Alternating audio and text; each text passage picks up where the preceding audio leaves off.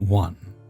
I work at a wine tasting establishment now, and we're quite busy at the moment, so we get a lot of families stopping by. It's already not recommended to bring kids into the building, since we pretty much only serve wine. We also have a charcuterie board, and sparkling Italian sodas that we use to make mimosas. But that's it. We're also in a historical building from 1855 that has all original walls, floors, and even some furniture. It's not very kid-friendly, to say the least. Nonetheless, we still let people bring their kids along, as long as they stay respectful to our building. This brings me to last night. A couple came in with their 2 children, about 30 minutes before closing time. Something already seemed a little off when the lady started pulling bottles off the wine shelf to show her 9-year-old all the pretty wines. And the younger kid only said the word champagne over and over again the entire time they were there, which makes me think that's one of the few words that the kid even knows. They all eventually sat at a table while the parents got their flights. Once they got them, the kids started running all around the building without the parents supervising them whatsoever. We tried explaining to the parents that the area is dangerous for kids to be playing in, considering all the cracks in the floor and the literal tons of glass that is all around the building. Their parents reined in their kids for a little bit, but then as they continued to drink, they eventually let their kids go back to running around the building and grabbing things off the shelves with absolutely no care for their kids' safety. After a little while, I noticed I didn't see the kids anymore, so I did a walkthrough of the building to find 2 of them huddled around a bottle of wine in the bathroom, trying to get it open. I took the wine bottle away from the kids and went to tell their parents about it. As I was approaching the parents' table, I heard a loud crash and thunk right behind me. I turned around and saw the shelf that we keep our wine glasses in on its side, a mountain of broken glass, and 2 kids bawling their eyes out. Before I could even say anything to the parents, they immediately went on the defensive mode. The mom started yelling at me about not having our shelves bolted to the floor, which we can't do because we have to get it approved by the Historical Society, because it's a historic building, and how I'm lucky that the kids weren't hurt because if they were, she was going to file a lawsuit. The dad didn't say anything. He just left a $100 bill on the table, collected his kids, and walked out of the building without even so much as a sorry. I'd prefer people not to bring in their kids at all, but if you're gonna do it anyway, please keep an eye on them at least. I'm not a babysitter, and I'm not responsible for the safety of your tiny idiots, just because you want to get drunk. We had to close early tonight because we don't have enough glasses for proper service. We have 20 left total. We're going to be closed for the next 3 days, as we wait for new glasses to come in. 2. There is a regular older couple that comes in. The wife is known to be cuckoo for Cocoa Puffs. They were shown to their table, and I wait until people have their butts in their seats to come greet them. Well, I took too long, about 45 seconds, because they were dying waiting on their drinks. I had to ask what their drinks were because they're not my regulars. She was already pissed at me. I gave them about 5 minutes with their cocktails and came by to ask if they would like more time with the set menus. She told me in a special tone that they needed more time to enjoy their drinks. That was fine, but I did need to get it rolling soon because there's a turn on the table. They finally ordered, and she told me in her special tone to make sure I do not rush them tonight. I told them I would not. First course, they spent 20 minutes eating soup. They had empty soup bowls that they didn't want me to clear. Finally, she waved me down and told me they wanted their next course. She pushed her soup bowl into my hands and then pushed her empty martini glass to the very edge of the table, so I assumed I should take that too. She said, No, do not take that yet." Like, loud enough for other tables to be like, huh? She was getting extremely irritable, and her tone was really hostile. She waved me down to take it a few minutes later.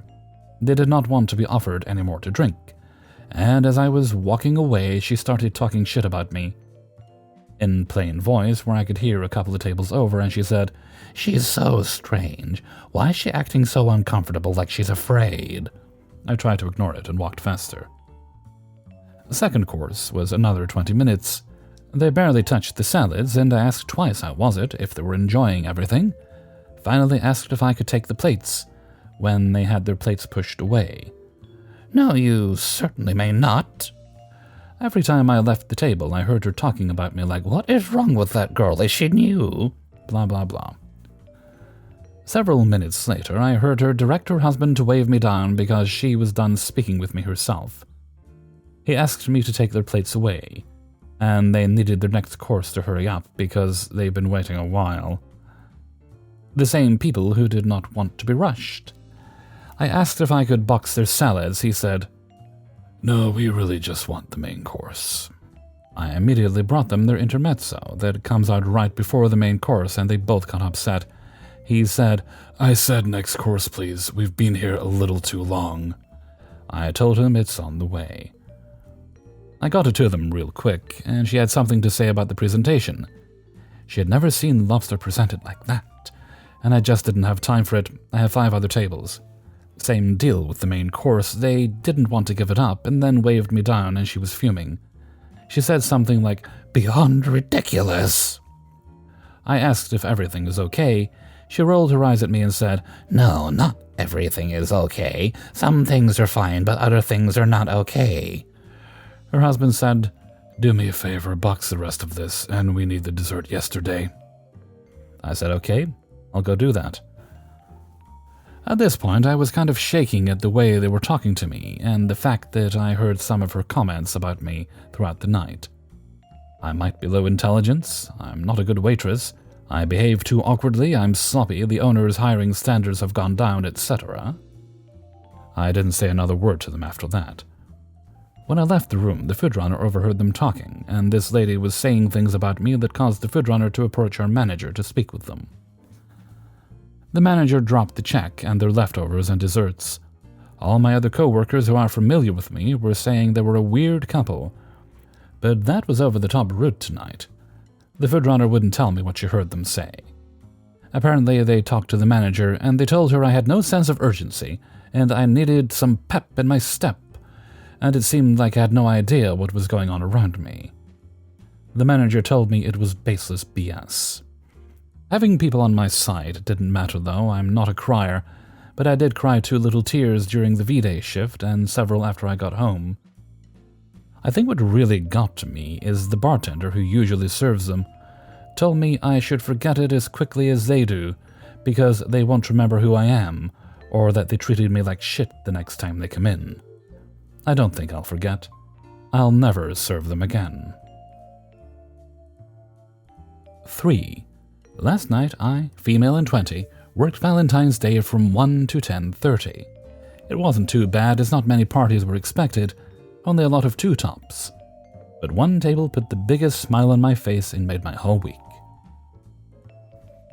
Around 7:30, a group of 3 girls looking to be around my age sat down in my section. I was a bit busy, so I let them know I'd be with them in a moment and went back to get them a basket of bread. As soon as I walked back to the table and introduced myself, they complimented me on my energy and how bubbly I was, and even told me that my makeup looked great and I just seemed like an all-around fun person. I knew I had the best table of the night right then. I talked with them for quite some time after I brought drinks and appetizers. They asked me about my favorites on our menu. I love when I get asked that because it helps create a connection with the guest and figure out their likes and dislikes, and kept going back to hang out periodically after I took entree orders. I ended up finding out that these girls go to the same college as my boyfriend. Further into the conversation, one girl tells me they went to high school in my hometown just to prove how small the world is. I ended up talking more with her over social media and discovered that we had the same 5th grade teacher and went to the same middle school as well. We all continued to get along, and I got their social medias, and we all planned to hang out sometime next week. I even told them I had a music gig next month at a bar around their campus, and they all pulled out their phones to mark the calendars. At the end of their dinner, I brought out checks, and they asked me if I was going to be splitting my cash tips with the other servers. I told them no, and they handed me a $100 bill as a tip and told me I was the best server that any of them had ever had. My jaw dropped and I was trying hard not to cry at the table. I've been struggling financially for the last month after paying a ticket and the insurance difference, and my shifts have been a little rocky with tips for the last few weeks. These 3 girls just paid for my groceries for the next 2 weeks, and they didn't even know I was struggling. They just had such kind souls and wanted to share it with the world. I could see it from a mile away. I'm sure we all had a long Valentine's Day. There were some really nice guests, and there were bound to be guests on the not-so-nice side, but we all made it through. I hope all of you fellow front-of-house friends had at least one kind experience like this yesterday. Thanks for listening, and blessings. 4. This happened last night while I was serving at my restaurant. Just for some context, my restaurant is what you would consider high-end Asian fusion. My customer base usually is 20% regulars, 30% locals, 50% tourists, domestic and international, as we are located in a very touristy area of my city. I felt like this was important to include because 99% of customers are respectful, even international customers, despite the cultural differences. Our last call is at 7:15, and we noticed that we still had a reservation under a woman's name for a party of 5 at 7. Let's call the woman Karen. We're pretty strict about our last call time, because it takes on average approximately 2 hours for the kitchen staff to close their side, and they don't normally begin to start closing until 8 p.m. because of all the last-minute orders. Karen comes in with a party of 5 at 7:20, and we had to seat her because she had a reservation for 7 p.m. We notified her of last call, and she was considerate as she put her orders in at 7:30, profusely apologizing for coming in late. So far, so good. They're late, but at least they're nice and considerate, right? Nope. Once they settled down and some food started making its way to their table, I go over and inform them that we gave them a grace period of about half an hour to finalize their orders, as the last call was supposed to be finished by 7:15. I asked them to finalize their order, and that if you needed to add anything, including drinks, now is the time to do that, as it was currently 7:40. This is where it all started to go to shit.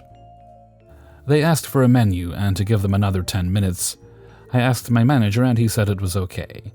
I go back after 10 minutes and they said they were okay with what they had ordered and didn't need any more food. I rushed to tell the kitchen that the orders were in so they could start closing. I go back onto the floor and ask the Karen table if they needed anything. Karen, who seemed like the ringleader with her little cult of adult teenagers, started demanding stuff. Before I could finish my sentence, she told me verbatim, "Go get me napkins," which caught me off guard. I got them napkins, and once I laid them down on the table, she told me to go get new plates because these are dirty. At this point, I'm pissed off that they were talking to me this way. I'm your server, not your dog. Do not speak to me like this. I thought, okay, you want to be rude? Right. After coming in late and holding us from closing. Okay, you got it. I tell the buzzer to switch out their plates and don't check upon them for the rest of the dinner. Their waters are filled accordingly, but that's it. Fast forward to 9:15 p.m. They were the only table here, and normally we would be able to leave by now as this restaurant would be empty.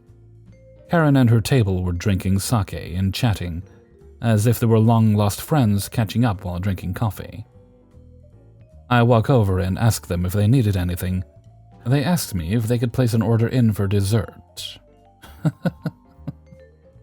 My exact response was, the only dessert we have is a pudding at this time, because everything's closed down. But I need to check if we have any leftover from service. She screamed at me to go check. No please, thank you, or anything. Followed by laughter from her little minions. At this point, I've had enough. I felt disrespected and just thought to myself, fuck this table. Although we had some pudding left over from service, I told her that we were out. She asked to put in a drink order, but our bar closes and stops taking orders at the same time we began doing our last call. Although the drinks she requested could have been made, I told her I needed to check with the bar. I walk over to the bar and pretend to ask the bartender, but in actuality, I was telling the bartender to shake his head, signaling a no.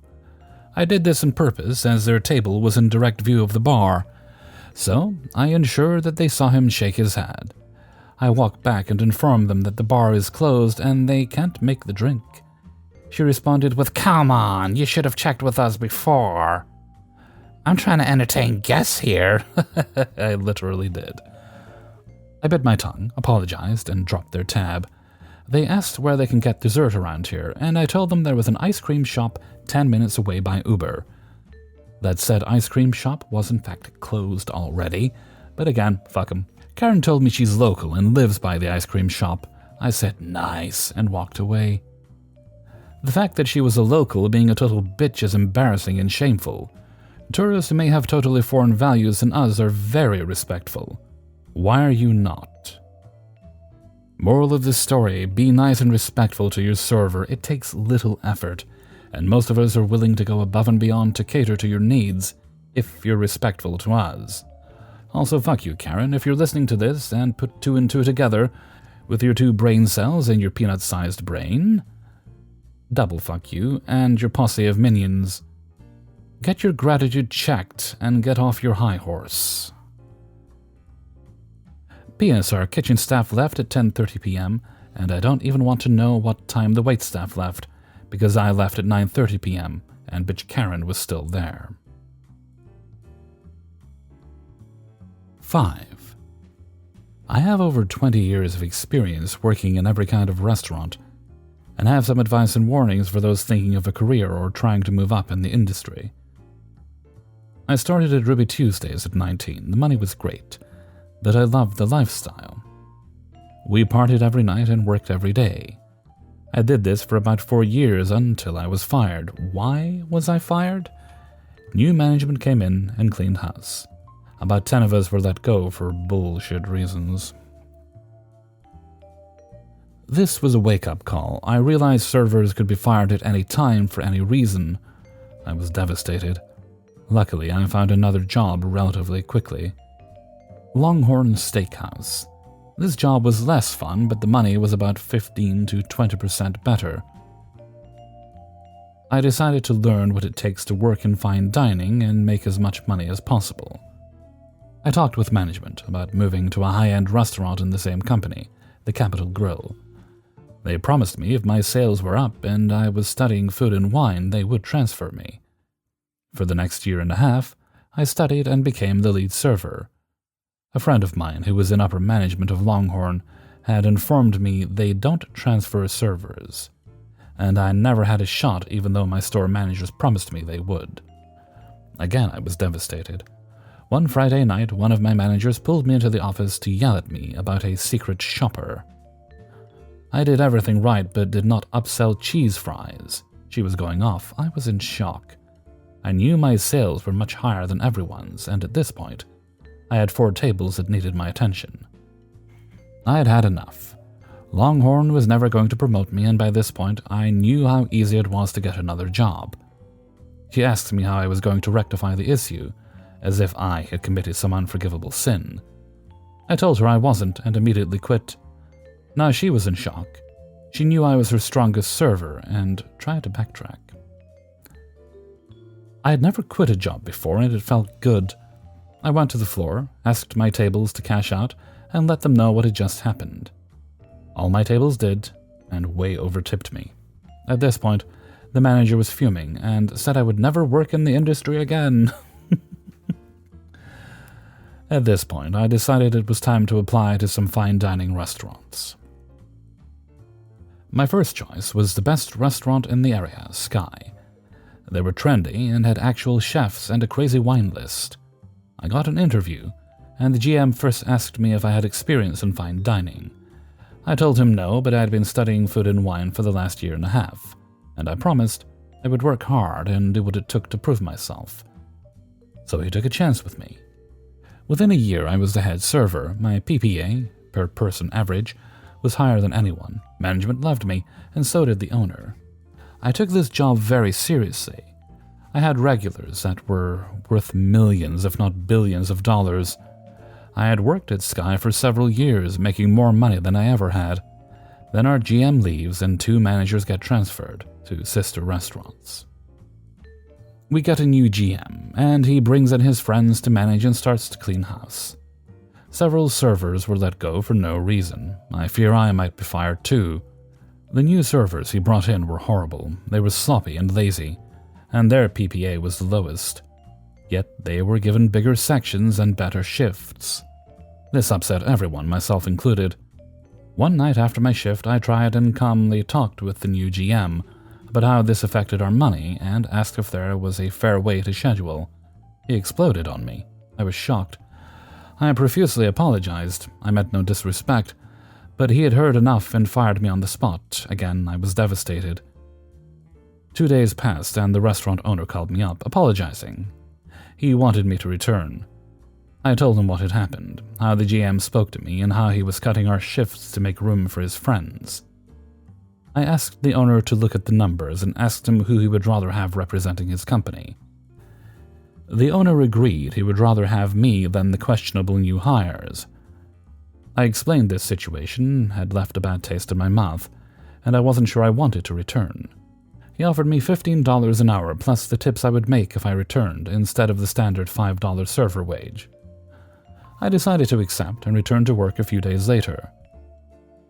For the first time in my serving career, I experienced a power shift. As soon as I walk in, I am summoned to the office. The GM is sitting behind his desk and he looks pissed. He said the way I spoke to him and went behind his back was unforgivable. I again calmly explained what happened and reminded him he fired me. He said I should have dealt with the consequences like a man.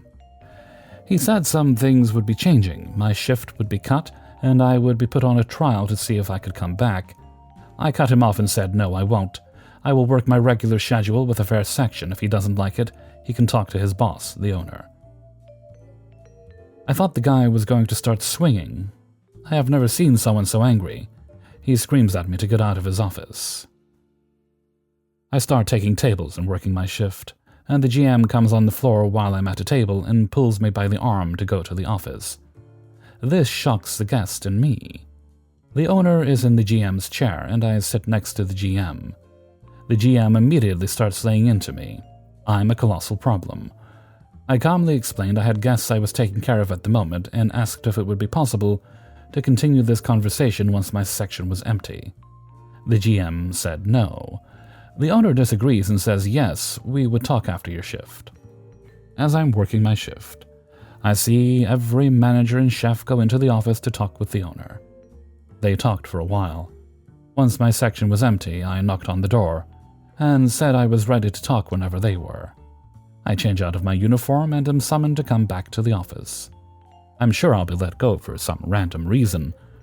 As soon as I sit, the GM looks nervous but is still furious with me. The owner says we must squash this little beef and return to business. I agree. But the GM interjects and says I'm a huge problem.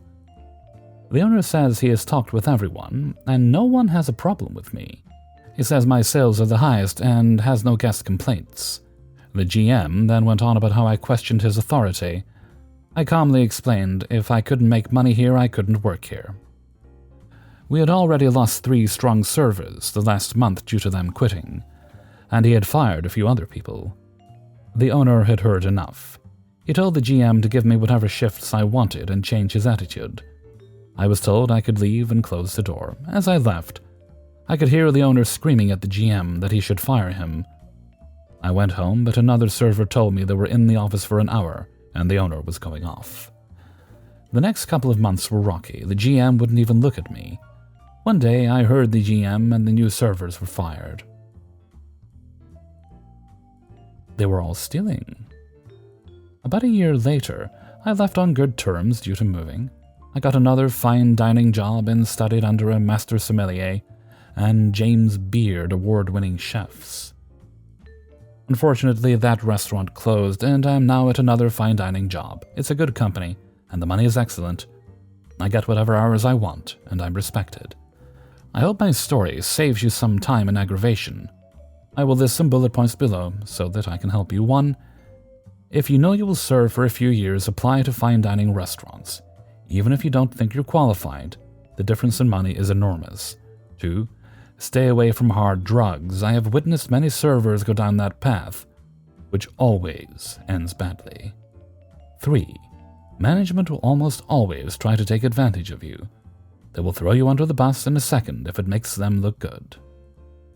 4. There is no job security in this business. Even if management loves you, managers come and go, and you might have a nightmare boss next week. 5. Always have a backup plan. I only work 2 or 3 days a week and do my own business on the side. Remember, no job security. If the restaurant is going under, they won't tell you. They will lock the doors. 6. Doing this full time will fundamentally damage you. Fake smiling and pretending will lead you to feel like a whore after a while. You have thoughts, dreams, and feelings, and you are entitled to them. Hey everybody, Hellfreezer here, and thank you very much for listening to Spinning Plates, episode 202. And thank you very much to everybody who allowed me to use their stories in this video. Please press the like button before you go, I'd appreciate it. Okay, I'm going to skip the question of the day today. All I'm going to say before I go is that a member of our community, Joe Youngblood, their daughter recently passed away at 10 years old. I just want to send love and care and know that we're all thinking of you, Joe, and wish you and your family the very best. And I'm now going to head off, so until next time, thank you very much for listening, and take very good care of yourselves.